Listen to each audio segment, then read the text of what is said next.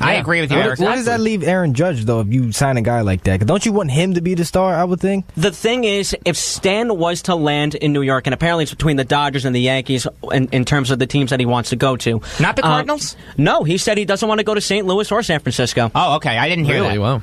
And honestly, what shocks me. But if you were to get Giancarlo Stanton, if you were the Yankees, obviously you would want to play Judge every day because that's your moneymaker right there. Got you. I would think that if the Yankees were to trade for Stan, which I don't think is likely, but there's nothing wrong with inquiring about it. I don't think it would happen. You switch. I don't think it's going to happen either. I think there's too much to...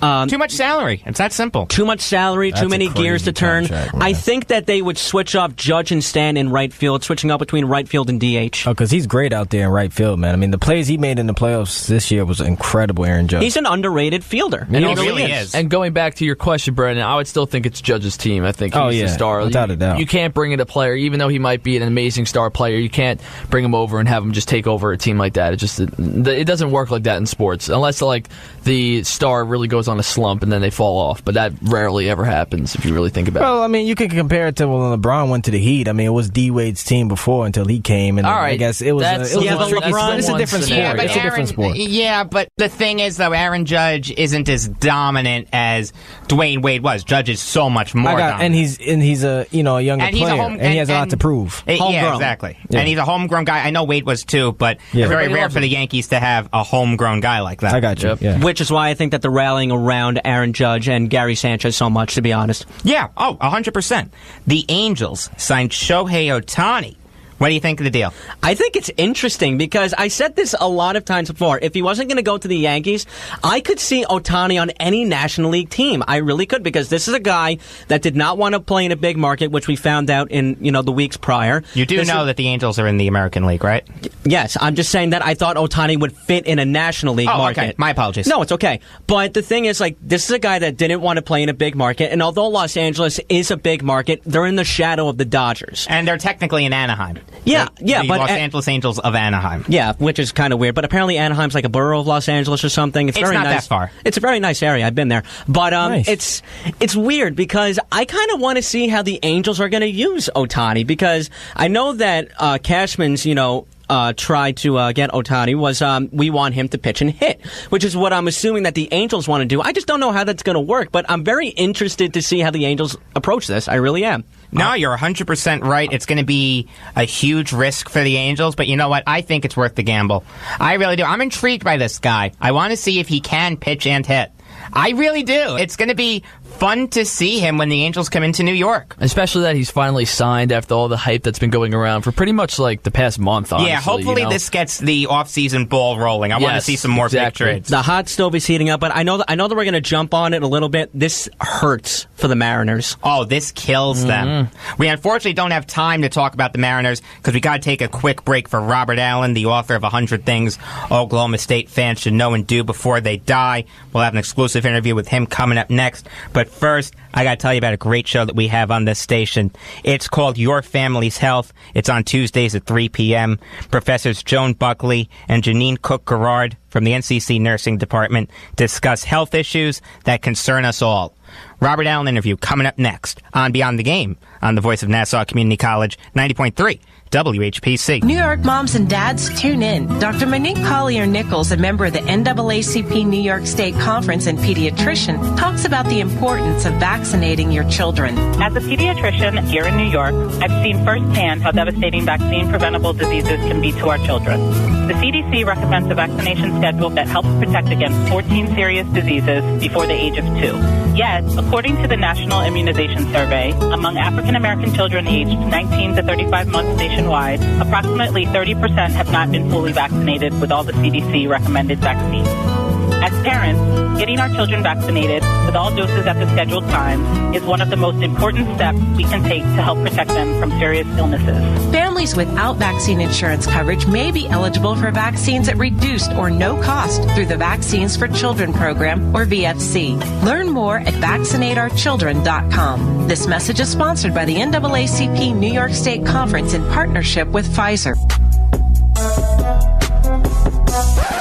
Wait, hold up. I don't think you know about It's Saucy. It's flavorful, extraordinary, and mind-blowing. Hey, tune into It's Saucy, where I give you nothing but the greatest music out from back then till now, along with hip-hop news and trending topics. It's DJ Steph. Just know that. It's Saucy. Listen to the Saucy Hour Wednesday nights at 10 o'clock here on the Voice of Nassau Community College on 90.3 WHPC. Hey everybody, Rachel Ray here. Nothing puts a bigger smile on my face than cooking up a big meal for family and friends. But there's not enough room at my table for the 17 million kids in America who are struggling with hunger. These children, that's 1 out of every 5, often have to skip meals because there's just nothing to eat in the kitchen. Yet there's more than enough healthy, nutritious food produced right here in America to feed every last hungry child. If only there was a way to get it to them. That's why the Feeding America nationwide network of food banks collects surplus food to give hope to hungry kids and their families all across our country. But they can't do it without your help. Join me in supporting Feeding America at your local food bank and at feedingamerica.org. Together, we can solve hunger. Together, we're Feeding America. A message from Feeding America and the Ad Council.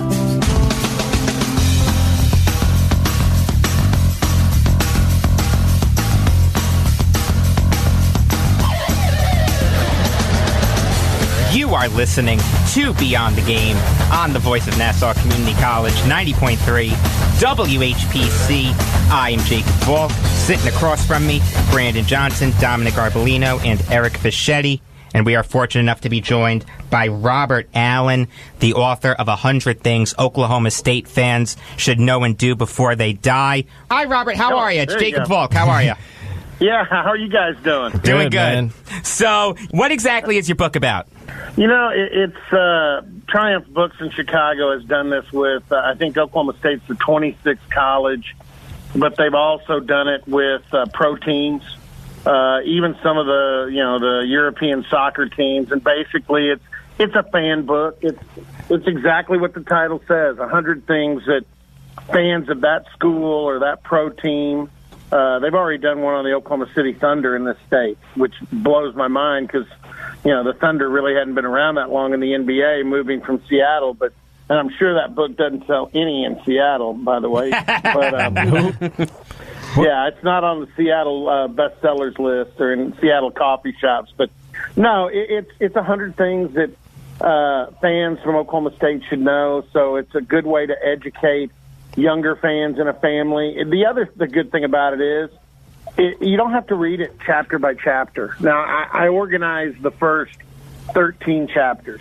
Chapter 1 is on national championships. Oklahoma State, a lot of people may not know this. They're fourth behind, fourth behind Stanford, USC, and UCLA in number of national championships won. Oh, wow. So that was the first one. But then the next 12 chapters are Mount Rushmores, a Mount Rushmore of older Oklahoma State sports, celebrities like Henry Iba. Many people, the old basketball coach that helped forge Eddie Sutton, Bob Knight, even Mike Krzyzewski is an Iba devotee.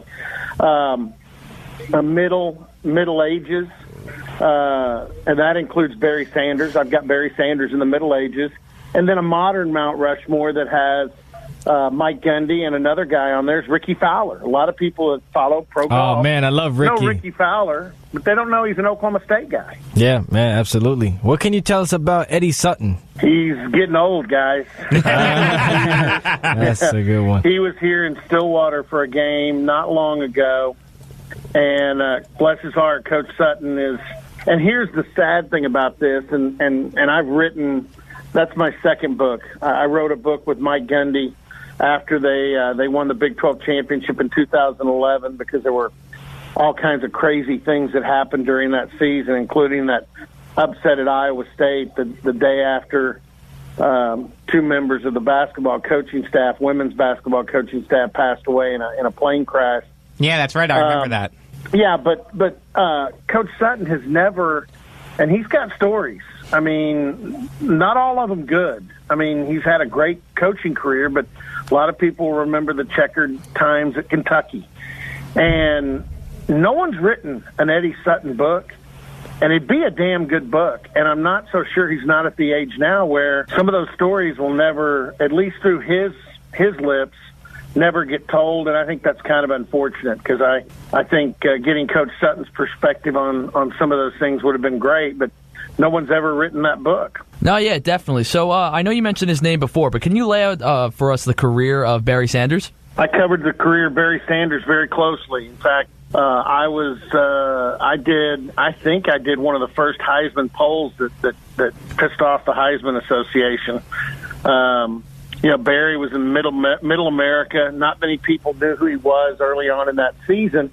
And I got a hold of a list of Heisman voters and just started going down the list and calling them and saying, where would Barry Sanders be on your list? And who are you considering most, for the Heisman right now? And that ended up going on, I worked at Channel 4, the NBC affiliate, KTVY at the time.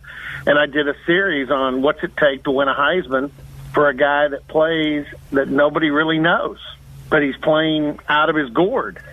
The series name was shorter than that, but that's an explanation. And I heard from the Heisman people in New York, said, wait a sec, how'd you get the list of voters? Well, I got it from a Heisman voter, so I didn't want to throw him under the bus.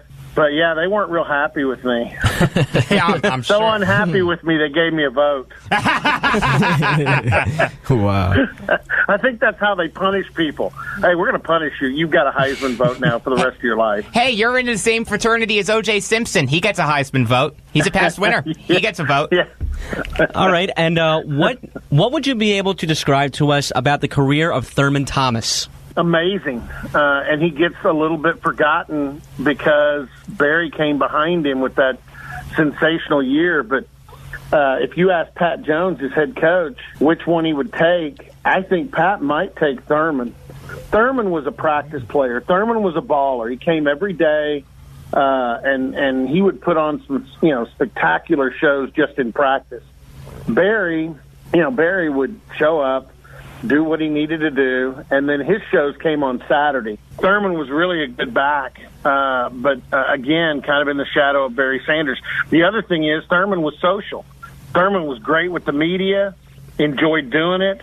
Barry would almost hide back in those days. I notice he's doing more now. I saw him first time last night on a Progressive insurance dodgeball commercial. But oh yeah, it's a great commercial. Yeah, but back in the day, Barry Sanders' favorite hobby was sleeping, and literally that's too. What he did. So yeah, I mean, there's stories about both Barry and Thurman are both in the book. There's also some stuff that's not even sports related. A lot of people don't realize Pistol Pete, the mascot at Oklahoma State, was a real guy. It was a guy named Frank Eaton that grew up on the frontier here in Oklahoma from Perkins, not far from Stillwater, that his dad was murdered by 7 men when he was like 8 years old. Well, Frank trained with a gun, and when he got old enough to get a marshal's badge, he went and other than one guy who was killed in a card game, he avenged his dad's murder by killing the other 6. Oh, so, wow. I mean, there's all kinds of, lore like that, along with all the sports stuff that goes with it. Talking to Robert Allen, the author of 100 Things Oklahoma State Fans Should Know and Do Before They Die. So, what can you tell us about the man who should have been Yankee manager, John Farrell? John Farrell played for Gary Ward, who there's a chapter on Gary Ward in the book, and he's one of the greatest college baseball coaches, I think, that people don't know. Went to 7 College World Series. Unfortunately, and John would be the first one to tell you this, Gary didn't care much about pitching. He just wanted his teams would score 15, 17, 20, 25 runs a game. And the pitchers, he didn't spend a lot of his scholarship money on pitchers. So that wasn't his big thing. His big thing was the bat. Back then they had those metal bats that were out of control. But John Farrell, quiet guy, came from New England, which was a long way to come to Stillwater, Oklahoma. In fact, Tom Holliday, the father of Matt Holliday, the Yankee, former St. Louis Cardinal, he's the one that recruited John Farrell. And I'm not sure John Farrell had ever seen Stillwater when he showed up to go to school and play at OSU. In fact, back in those days, a lot of times they would just go recruit kids and show them pictures. Oh, that's a beautiful campus. Check this out. And then they get to Stillwater and they realize it's a small college.